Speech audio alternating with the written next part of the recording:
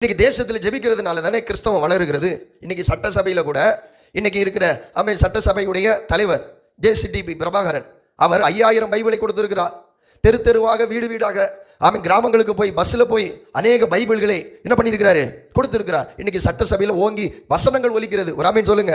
ஏன் தெரியுமா? நம்முடைய ஜெபம் வீணாகல. நம்ம தானே ஜெபம் பண்ண யோசிப்பை போல ஒரு ஆட்சியை கத்த தாருங்கன்னு ஆண்டவர் சொல்கிற. நல்லா கவனிங்க. இந்த காரியம் கர்த்தரால், அப்படி தானே சொல்றோம் திருமணத்துக்கு. அப்ப இந்த காரியம் கர்த்தரால் வந்தது, உண்மையா இல்லையா? அப்ப கர்த்தரால் வந்த காரியத்தை குறை சொன்னா அவ யாரை சொல்றது சமம்? இப்ப எனக்கும் மனைவிக்கும் திருமணம் ஆயிடுச்சு, என் சீட்டு பத்திரிகையில் நான் அடிக்கிறேன், இந்த காரியம் கர்த்தரால். அப்ப நான் என் மனைவியை குறை சொல்றேன்னா அப்ப நான் யாரை குறை சொல்றது சமம்? அப்ப ராஜாக்களை தள்ளி ராஜாக்களை ஏற்படுத்துறது யாரு? கர்த்தர் தானே. அப்ப வருகிற மோடியை கூட நம்ம பேசக்கூடாது, ஏன்னா கர்த்தர் கொண்டு வந்தது. வருகிறவர்களை சந்தோஷமா வெல்கம் பண்ணணும். நம்ம வேலை என்ன தெரியுமா? அமைதல் உள்ள ஜீவனம் பண்ணும்படிக்கு ராஜாக்களுக்காகவும் அதிகாரிகளுக்காகவும் கலெக்டர்களுக்காகவும் கவுன்சிலர்களுக்காகவும் எம்எல்ஏகளுக்காகவும் இவங்க திசை மாறி போகக்கூடாது, இவங்க தேவையில்லாத சட்டத்தை கொண்டு வந்துடக்கூடாது, கிறிஸ்தவத்துக்குள்ள குழப்பத்தை கொண்டு வந்துடக்கூடாது.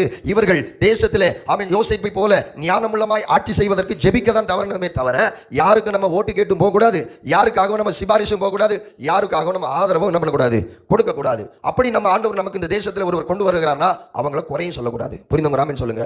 அல்லேலூயா. அப்படி குறை சொல்றோம்னா நம்ம கர்த்தரை குறை சொல்வதற்கு சமம். உங்களுக்கு புரிஞ்சா இல்லையா?